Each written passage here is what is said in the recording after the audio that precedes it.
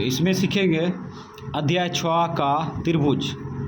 ठीक, त्रिभुज का नोट सीखेंगे। ठीक, कुछ प्रमेय है जो कि 6.1 से लेके 6.9 तक लगभग जाएगा, लगभग नहीं पूरे जाएगा, है ना। 6.1 से 6.9 तक जो प्रमेय को समझ लिया उससे 6वां अध्याय जो है 10वां क्लास का पूर्ण रूप से बनेगा। ऑब्जेक्टिव, सब्जेक्टिव, ठीक है, 2 नंबरा जो भी हो सबको बना सकते हैं, तब त्रिभुज समझ भी आएगा। तो हम लोग जानते हैं पहला प्रमेय थेल्स प्रमेय, यहाँ पे दिया है थेल्स प्रमेय। प्रमेय 6.1, ठीक है, प्रमेय 6.1 इस प्रकार से। और ये NCERT में जो है 6.1 में ये भी है, ये किसी सिन्हा से बता रहे हैं, सरकारी वाला भी ये नोट को पढ़ सकता है, कोई दिक्कत नहीं। तो ये प्रमेय 6.1 हम ये उतारेंगे न, बल्कि व्याख्या करेंगे ये आखिर क्या कर रहा है, व्याख्या। तो इसमें कह रहा है यदि किसी त्रिभुज की एक भुजा के समांतर, है ना, यदि किसी त्रिभुज की एक भुजा के समांतर अन्य 2 भुजाओं को भिन्न भिन्न बिंदुओं पर प्रतिच्छेद करने के लिए एक रेखा खींची जाती है तो अन्य 2 भुजाएं एक ही अनुपात में विभाजित हो जाती है। ठीक, तो सबसे पहले क्या करते हैं, एक त्रिभुज बना लेते हैं, तब हम लोग स्टेप बाय स्टेप समझेंगे और क्रिया करेंगे।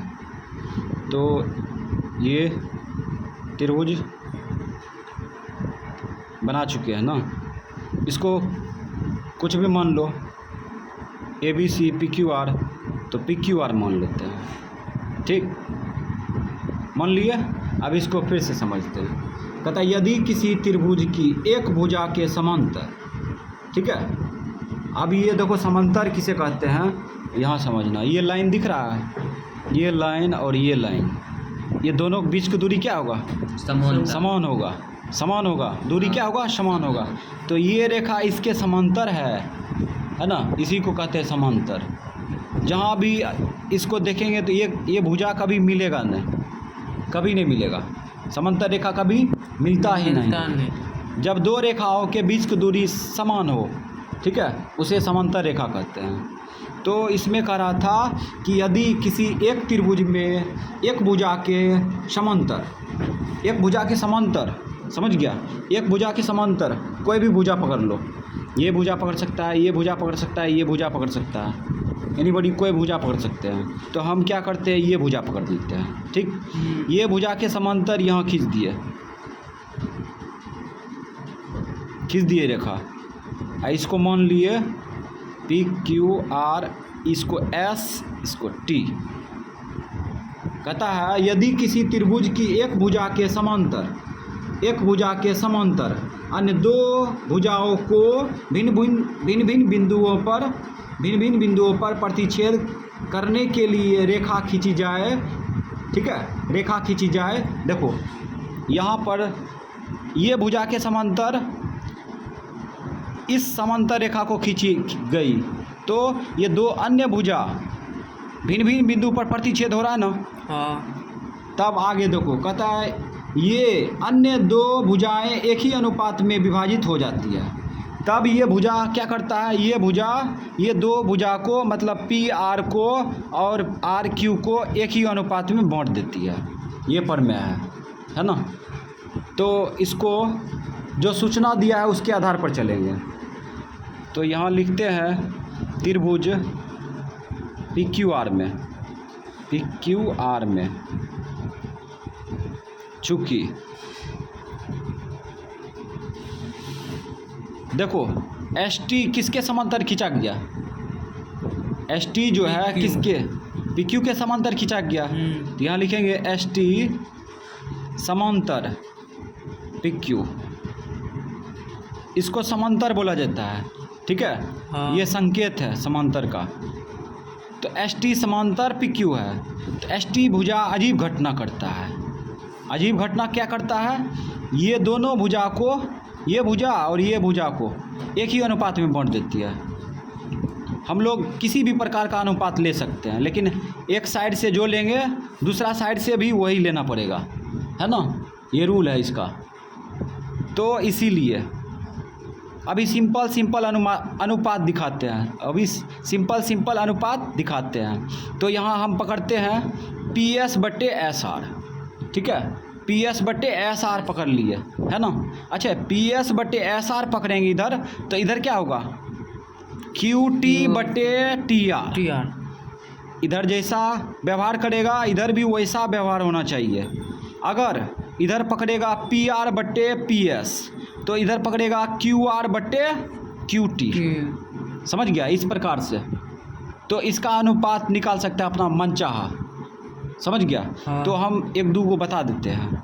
तो यहाँ पे पकड़ लेते हैं पी एस बट्टा एस आर, पी एस बट्टा एस आर बराबर, ये पी एस बट्टा एस आर लिए, तो इधर लेंगे क्यू टी बट्टे आर टी, ठीक है ना, आर टी बट्टे क्यू टी ले लेंगे, गलत हो जाएगा, है ना। इधर जैसा व्यवहार करेगा इधर भी वैसा व्यवहार करेगा, इसके जैसा, ठीक। हाँ। तो क्यू टी बट्टे टी आर हो जाएगा, क्यू टी बट्टे टी आर, ठीक है। और भी निकाल सकता है अपना मनचाहा, है ना, और भी निकाल सकता है। अब देखो ऐसे भी तो पकड़ सकते हैं, पी एस बट्टे एस पी एस आर बट्टे एस पी, यो ले सकते हैं, है ना, लेकिन इससे ही मैच कर जाएगा, नहीं करेगा। अब ऐसे भी पकड़ सकते हैं पी एस बट्टे एस आर, पी एस बट्टे एस आर पकड़े तो इधर क्या पकड़ेंगे? क्यू आर बट्टे आर टी। तो ऐसा अनुपात लेते हैं, पी आर बट्टे एस आर, पी आर बट्टे एस आर बराबर, पी आर बट्टे एस आर लिए ना, इधर पी आर बट्टे एस आर लिए ना। अब इधर देखो, इधर पी आर बट्टे आर एस लिए, तो इधर क्या होगा? क्यू आर बट्टे टी आर होगा, यही ना होगा।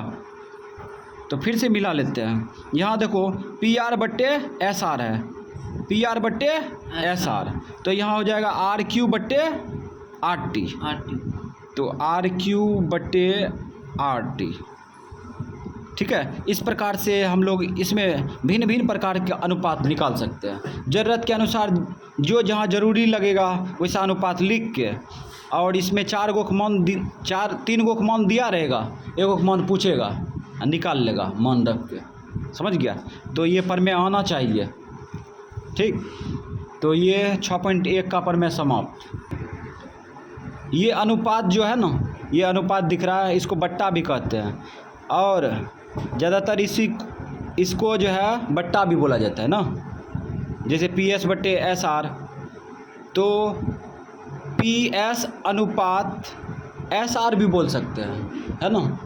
तो भाषा में उलझना न है, ठीक है। अनुपात मतलब होता है बट्टा,